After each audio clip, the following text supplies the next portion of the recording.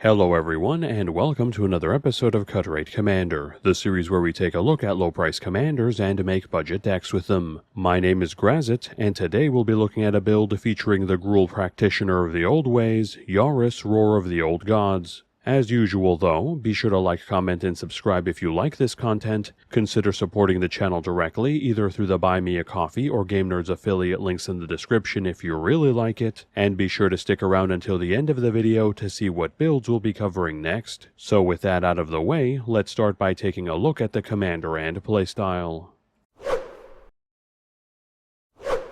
Yarus, Roar of the Old Gods is a 4/4 Druid Centaur that costs 2 and Gruul that has the following abilities. Firstly, other creatures we control have haste. Secondly, whenever one or more face-down creatures we control deal combat damage to a player, we draw a card. And lastly, whenever a face-down creature we control dies, we return it to the battlefield under its owner's control if it's a permanent, then turn it face up.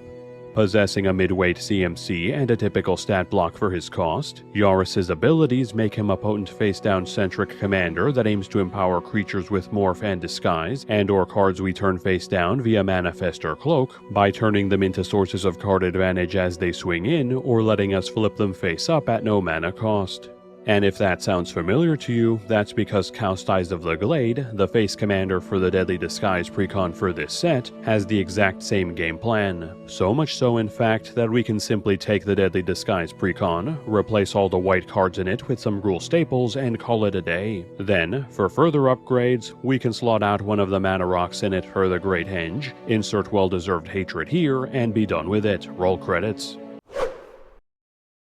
Okay, so maybe that's not entirely fair. While admittedly, there is a substantial amount of overlap between Yarus and Cowst, there are enough differences in their kits to make them feel like unique commanders rather than carbon copies of each other. For example, Yarus' haste granting and on-damage draw based on face-down creatures rather than ones we flipped over incentivizes us to attack aggressively with our morphs, while his on-death quote-unquote reanimation and free flip face-up for all our face-down permanents makes properly blocking all our reckless attacks quite difficult, forcing our opponents to take a 50-50 in which they either let us draw cards by letting the attack through, or blocking and letting us turn a vanilla 2/2 into a legitimate threat at no mana cost, making Yarus' playstyle significantly more aggressive than his predecessors. And while on the topic of his reanimation effect, it should be noted that this effect doesn't care about how our face-down creatures die, only that they're face-down and permanents on the other side, allowing us to take advantage of sack outlets to flip over our own creatures at little to no mana cost while getting value out of the sack outlet itself, and getting 2 ETB triggers out of all our face-down cards as they come down initially, and then once again as they're reanimated to reproc any effects that care about our creatures coming into play.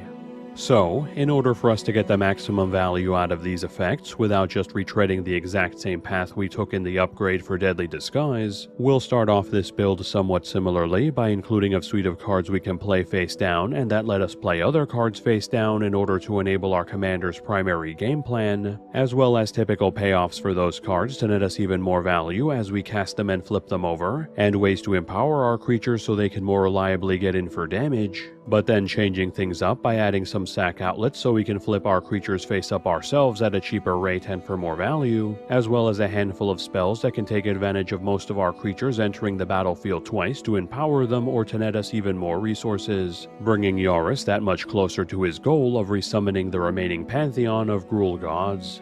So let us make our way deep into the rubble belt on the plain of Ravnica, the wastes that the Gruul clan calls home, and where we'll find Yarus, channeling his ancient magics into yet another ritual. Time and time again, these rituals ended in failure, but yet he persisted. He could still remember it, the moment where the boar god Ilharg had awoken, a moment forever seared into his mind that filled him with awe and reverence. But the remainder of the Utmagr, the gods of the deep earth, had not arrived with him, so Yarus took it upon himself to prepare their way back. And though he was met with hundreds of failures, though his body was racked in pain due to the countless spells and rituals he channeled, his faith and will drove him forward, until finally the ground buckled at his feet and then erupted, throwing him backwards. And as he pulled himself from the rubble that remained of his summoning circle, he saw him, tearing himself from the fissure before him and back into their world. Yes, he had done it, and Zrag the Quake Mole was finally free. So, now that we know a bit more about the commander and playstyle, let's start looking at the deck itself by starting with the creatures. Kicking things off with the face-down creatures we'll be running to enable Yarus' face-down-centric game plan, we'll begin by slotting in the removal-focused Anok Survivalist, Nantuko Vigilante, and Vengeful Creeper, all of which function as solid artifact and enchantment removal to help us deal with our opponent's back row, Bolt Bender, which provides decent spell/ability disruption via its ability to redirect targets of set effects to the target of our choice, allowing us to reflect removal spells against our creatures to other targets, and beneficial spells that target to our creatures or ourselves, and a Jeering Instigator, whose active treason-like effect synergizes nicely with the sack outlets we'll be running in order to temporarily steal our opponent's best creature, use it against them, and then sack it away for value so they don't get it back. And then on the ramp side of things, we'll be slotting in Flourishing Bloomkin, which functions as a non-theme cultivate that can fetch up non-basic forests whose stats scale with our land base, and, thanks to Yarus, we can usually bypass its hefty disguise cost to use. Then quickly going over some of the face-down creatures we'll be running with more unique effects outside of our core stats, we'll be adding in Hooded Hydra and Thelonite Hermit as a pair of token-producing entrants that can help build up our board as they die off or flip up respectively, Den Protector as a way for us to recur any of our cards from our bin back to hand, and that can combo with some of our later entries to recur our entire graveyard, Nervous Gardener as a non-basic land tutor to help us make our land drops and fix our mana base, Greenbelt Radical as a way to empower our entire board with +1/+1 counters and provide trample to it on the turn we flip it up on top of that to help push for lethal in the late game, Brute Elemental as a way to cheat out our big, non-face-down creatures into play from our hand at no mana cost to help increase the deck's tempo, Fortune Thief as an emergency life stabilizing option that prevents our life totals from dropping below 1 so long as it's alive, which when combined with some of the protection sources we'll be running can functionally make us immortal against conventional damage, Achroma Angel of Fury, Krosan Colossus, and Krosan Cloudscraper as a trio of beatsticks that will be running entirely for their ability to inflict damage into our opponents with their huge stat blocks, with the first's built-in evasion allowing her to get in for damage more easily, and the latter two being able to be granted trample easily enough through other sources to warrant their inclusion, and Ash Cloud Phoenix as not only another decent evasive high-powered body for us to get in for damage with, but also functions as a combo piece alongside Yarus and a free sack outlet to be able to flip itself face down and face up again over and over and deal 2 damage to all players every time it does so, enabling us to win the game on the spot so long as we have at least 2 more life than our opponents. And then to wrap up our morphs, we'll be adding in a few face-down entrants that care about face-downs to help us generate some extra utility out of our creatures as we flip them over, such as Experiment 12 and Salt Road Ambushers, both of whom load up our morphs with counters as we flip them face up so they can crack in even harder, Pyrotechnic Performer, which turns all our face-down creatures into AoE burn as we flip them over to shred our opponent's life totals even faster, Brent Liftaroos, which instead creates trampling tokens that scale with our creature count as we flip over our creatures to build up our board state with more hard-hitting beatsticks, and Death Mist Raptor, which functions as a self-reanimating threat as we flip any of our cards face up that we can either constantly feed to our sack outlets for value or simply swing into our opponents with as a hard-to-block body thanks to its built-in death touch. And finally, as one last face-down matters creature that isn't a morph itself, we have Temur War Shaman, which turns all our morphs into fight effect removal spells as we flip them over to help us deal with our opponent's creatures, and, as a bonus, manifests the top card of our deck as it comes down to help enable our commander. Now, while on the topic of cards that can bring other cards into play face down, we'll also be adding in Whisperwood Elemental into our ranks, which manifests the top card of our deck at the end of each of our turns to build up our board state with, and potentially gets us non-creature permanents into play face down that we can then cheat into play with our commander, in addition to also functioning as a pseudo-removal/board wipe deterrent that can manifest even more cards from our deck as our face-up creatures are destroyed, along with Yadaro Graveguard,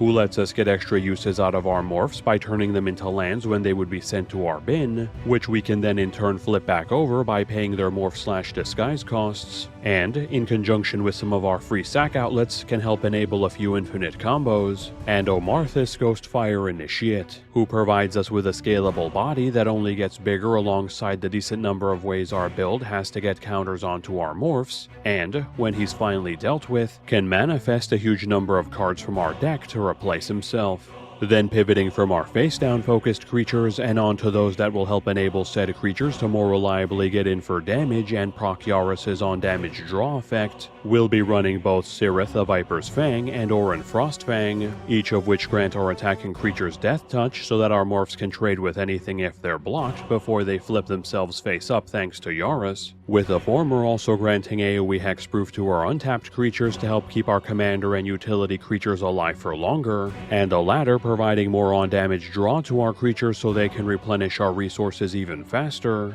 as well as Thunderfoot Baloth, whose AoE +2/+2 stat bump and trample granting will help our face-down creatures punch above their weight and reliably get in for damage to proc our draw, while simultaneously making all our face-up creatures more lethal as well, and Surok and Goreclaw, who also grant trample to all our creatures and this time permanently empower them as they enter play with +1/+1 counters, both when they come down initially and when Yarus reanimates them so they can hit harder on either side. And finally, to close out our creature base, we'll be slotting in a handful of core stat improving entrants to help improve the build's consistency, those being Sakura Tribe Elder, who provides us with a cheap, simple and no-nonsense source of land-based ramp to help speed up and fix our mana base with, along with Beast Whisperer and Toski Bearer of Secrets, both of whom take advantage of our large creature base to generate us repeatable card advantage as we cast said creatures or swing in with them. That covers all our creatures, so let's move on to our instance.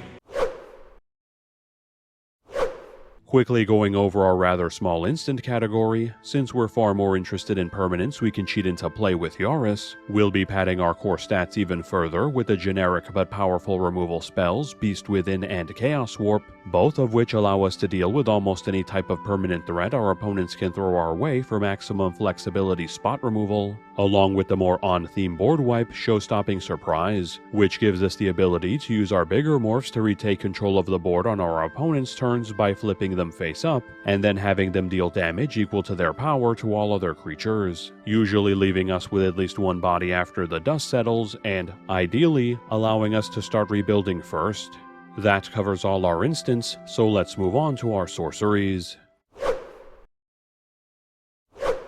As the only face-down centric sorcery we'll be running in this build, we have Hide in Plain Sight, whose ability to let us cloak 2 cards from our top 5 essentially lets us cheat our 2 best permanents from among them into play at a reduced cost alongside our commander, either as our opponents destroy them in combat or as we feed them to our sack outlets. Then it's back to core stat improving entrants for the remainder of this category, in which we'll be slotting in Farseek, Nature's Lore, 3 Visits, Rampant Growth, Cultivate, and Kodama's Reach as staple green land ramp sources to help make our mana base faster and more consistent, as well as Blasphemous Act to give us access to one of the best board wipes Red has to offer to let us retake control of the board if and when we have to. That covers all our sorceries, so let's move on to our enchantments.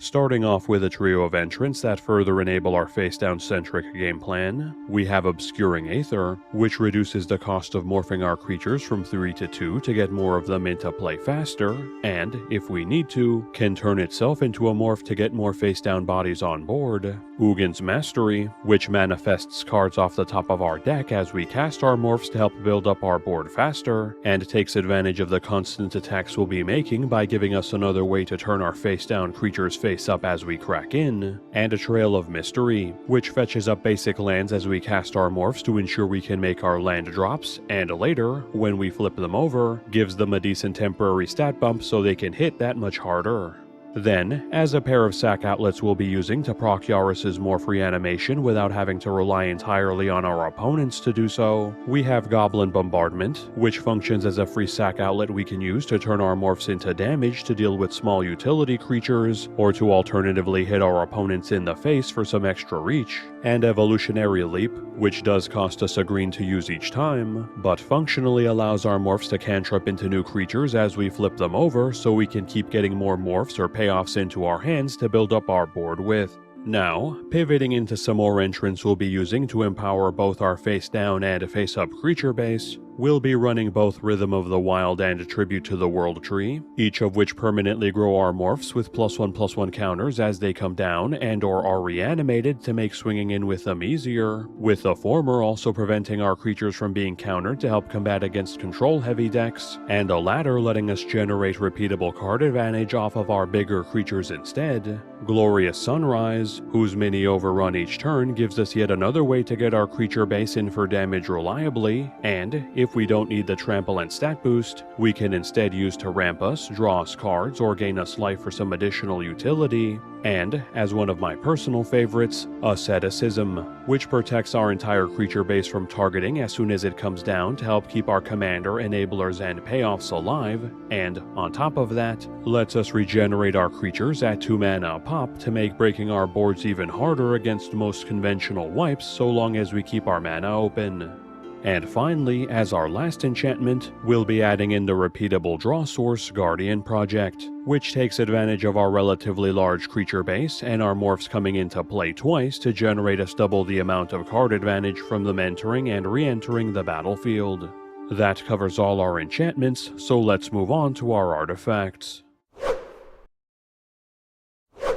Opening this category with some more face-down centric pieces to further enable our game plan, we'll be slotting in Scroll of Fate, which lets us manifest a card from our hand for free once per rotation to either let us cheat on its morph cost, or to alternatively let us get non-morph permanents into play face down so we can then flip them over with Yarus' effect, and Panoptic Projector, which also lets us cheat on a spell's morph cost, this time by reducing it to 0, and then doubles all the effects of our morph cards and payoffs to net us even more value out of our primary game plan. Then, as another pair of sack outlets for us to use to even more reliably flip over our creatures, we have Ashenod's Altar, which is yet another free sack outlet that this time ramps us as we feed it our morphs, and, because it generates us mana, is the last combo piece we'll need to work alongside Eudora and morphs like Den Protector to recur all our cards from the bin, or alternatively, an Ox Survivalist or Nantuko Vigilante to destroy all our opponent's artifacts and enchantments, while simultaneously generating us infinite colorless mana on top of that so we can cast all the morphs we have, as well as Evolving Door, which lets us sack our colorless morphs so we can tutor for any creature in our 99 since they're all single color, to ensure we have access to all our primary playmakers whenever we may need them. And with all our primary game plan enabling artifacts covered, we'll be concluding our artifact entries by adding in Lightning Greaves and Swiftfoot Boots as cheap sources of targeting protection to help keep Yarus alive against our opponent's attempts to remove him, as well as Soul Ring and Arcane Signet to give our mana base one last bit of ramp to outpace our opponents with. That covers all our artifacts, so let's move on to our Planeswalkers. Surprising absolutely no one, the lone Planeswalker in this build will be Ugin the Ineffable, whose passive alone makes him worth running since it reduces the cost of all our morph creatures down to 1 to get them on board at a breakneck pace, but whose repeatable pseudo-draw/token creation and excellent permanent removal make him a near-perfect walker to fuel our primary game plan while padding our core stats all at once. That covers our lone Planeswalker, so let's move on to our land base.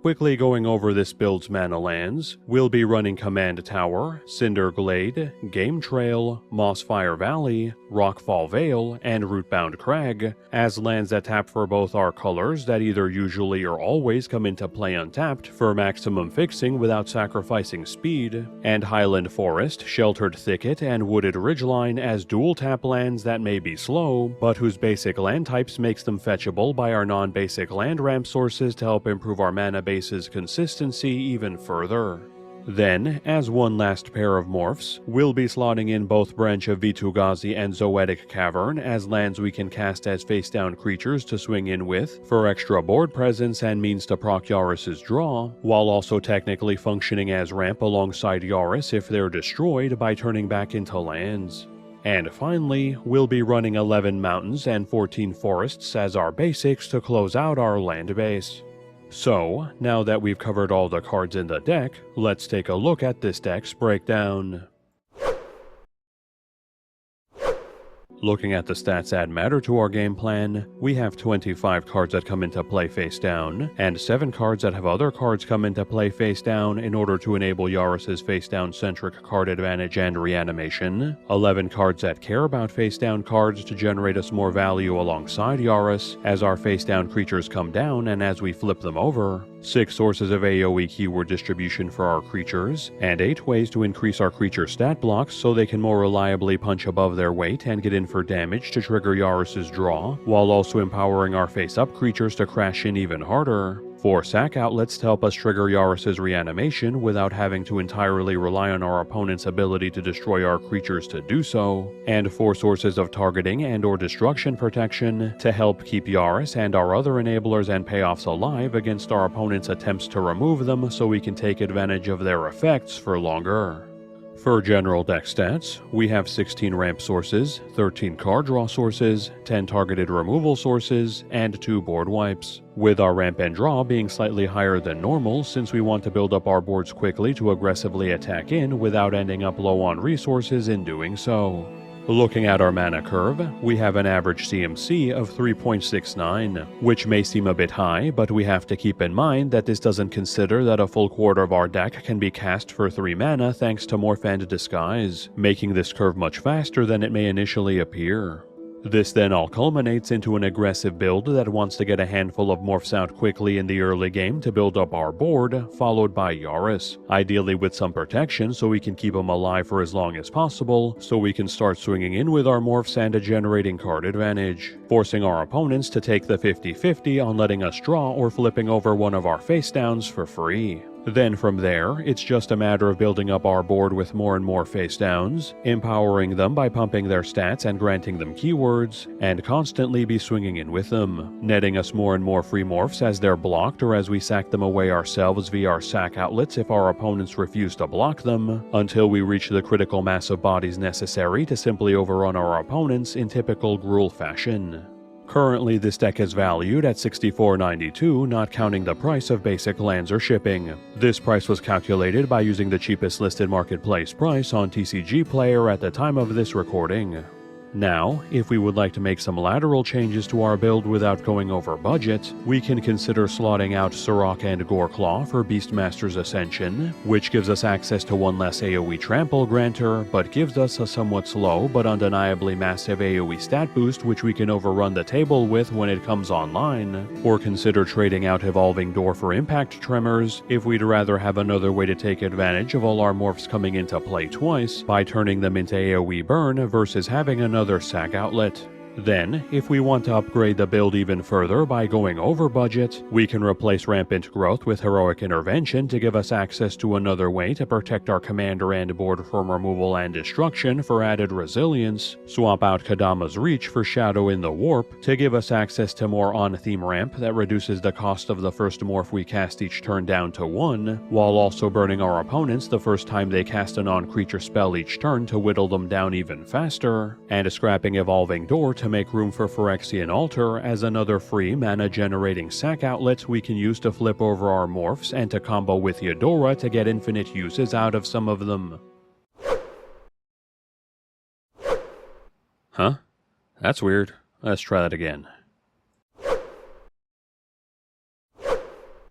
Oh. Oh, no. You can go to hell. It costs almost as much as the price of this entire deck. I am a budget channel. I don't care how good it is here. I am not doing this. I am not... Wait, what are you doing? Whoa, man, put that down, man. We can talk about this. I, Grazzet, of my own free will, recommend to exchange Glorious Sunrise with the Great Henge which takes advantage of our creatures to be cast for cheaper, procs both as our morphs come into play and as